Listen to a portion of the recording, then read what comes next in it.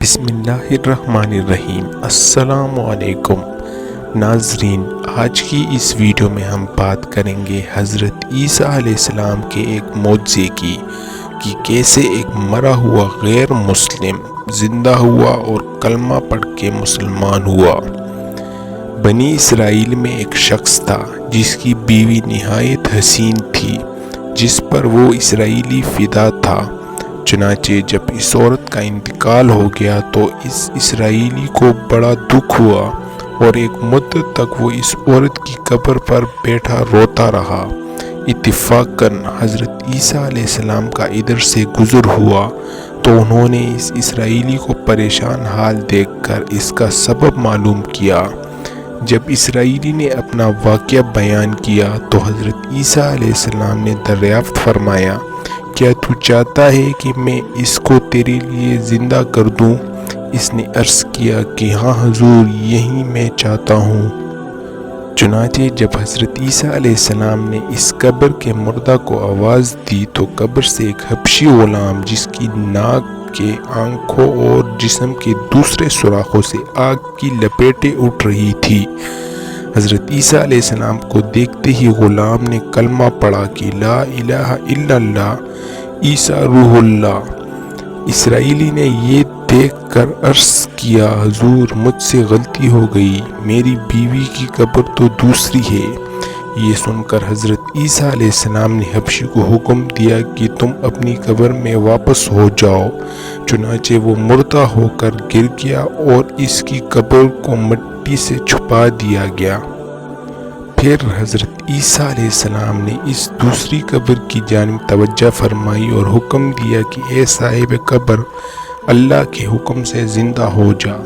چنانچہ قبر پھٹی اور اس سے ایک عورت سر سے گرد جھاڑتی ہوئی باہر آ گئی، جس کو دیکھ کر اسرائیلی بولا کہ یا روح اللہ، میری بیوی یہی ہے، اور حضرت عیسیٰ علیہ السلام کے حکم سے وہ اسرائیلی اپنی بیوی کو ہمراہ لے کر واپس ہونے لگا، مگر عرصے سے جاگا ہوا تھا، اس لیے اس پر نیند کا غلبہ ہو گیا، اور اس نے بیوی سے کہا کہ تیری قبر پر کافی ٹائم اور بیداری سے مجھے ہلاکت ہو رہی ہے، اس لیے میں چاہتا ہوں کہ کچھ دیر آرام کر لوں۔ بیوی کہنے لگی کہ ہاں، آپ آرام کر لیجئے۔ چنانچہ وہ اسرائیلی بیوی کی زانوں پر سر رکھ کر سو گیا۔ اتنے میں گھوڑے پر سوار ایک شہزادے کا ادھر سے گزر ہوا جو اپنے زمانے کا یکتا حسین تھا، جس کو دیکھ کر شہزادی خود اس پر فدا ہو گئی اور اس کا دل قابو میں نہ رہا۔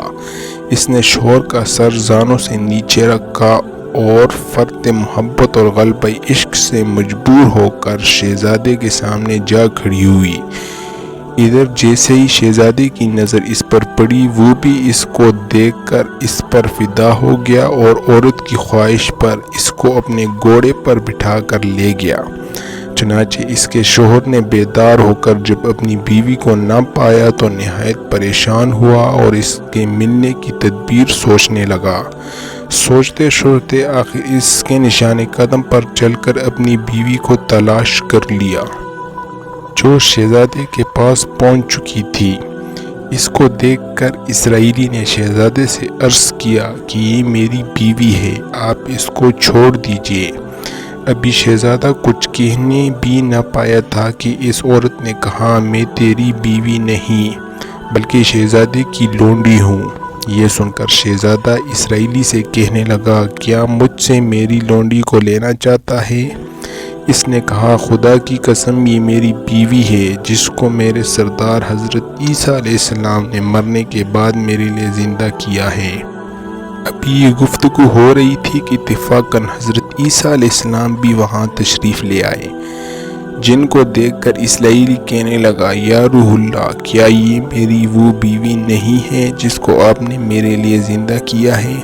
حضرت عیسیٰ علیہ السلام نے فرمایا کہ ہاں، یہ وہی ہے۔ یہ سن کر عورت کہنے لگی کہ یا روح اللہ، یہ شخص جھوٹا ہے، میں تو اس شہزادے کی لونڈی ہوں۔ حضرت عیسیٰ علیہ السلام نے فرمایا، کیا تو وہ عورت نہیں جس کو میں نے اللہ تعالیٰ کے حکم سے زندہ کیا ہے؟ عورت نے کہا یا روح اللہ بخدا میں وہ نہیں ہوں۔ اس کے بعد حضرت عیسیٰ علیہ السلام نے فرمایا جو جان خدا کے حکم سے میں نے تجھے دی ہے اس کو واپس کر دے۔ یہ سنتے ہی وہ عورت پھر مردہ ہو کر گر پڑی، اور حضرت عیسیٰ علیہ السلام فرمانے لگے کہ جو شخص ایسے آدمی کو دیکھنا چاہے جو کافر مرا تھا اور زندہ ہو کر ایمان لایا تو وہ اس حبشی غلام کو دیکھ لے جو پھر ایمان کی حالت میں مرا ہے، اور کوئی ایسے شخص کو دیکھنا چاہے جو مومن مرا تھا پھر اللہ نے اس کو زندہ کیا اور وہ کافر ہو کر حالت کفر میں مر گیا تو وہ اس عورت کو دیکھ لے۔ اس واقعے کو دیکھ کر اسرائیلی نے قسم کھائی اب کبھی نکاح نہ کروں گا، اور میدانوں کی طرف نکل گیا جہاں اللہ تعالیٰ کی عبادت میں مصروف رہ کر اسے موت آ گئی۔ اللہ تعالیٰ اس پر رحم فرمائے۔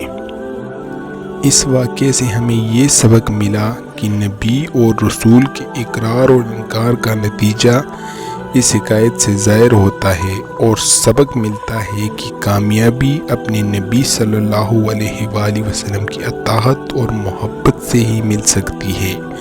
چنانچہ ہمیں بھی چاہیے کہ ہر حال میں اپنے نبی صلی اللہ علیہ وآلہ وسلم کی اطاعت کو سامنے رکھیں، چاہے دل مانے یا نہ مانے، لیکن نبی کریم صلی اللہ علیہ وآلہ وسلم کے طریقوں کو لازمی اپنایا جائے۔ اللہ تعالیٰ اس واقعے سے سبق حاصل کر کے ہمیں عمل کرنے کی توفیق عطا فرمائے۔ آمین یا رب العالمین۔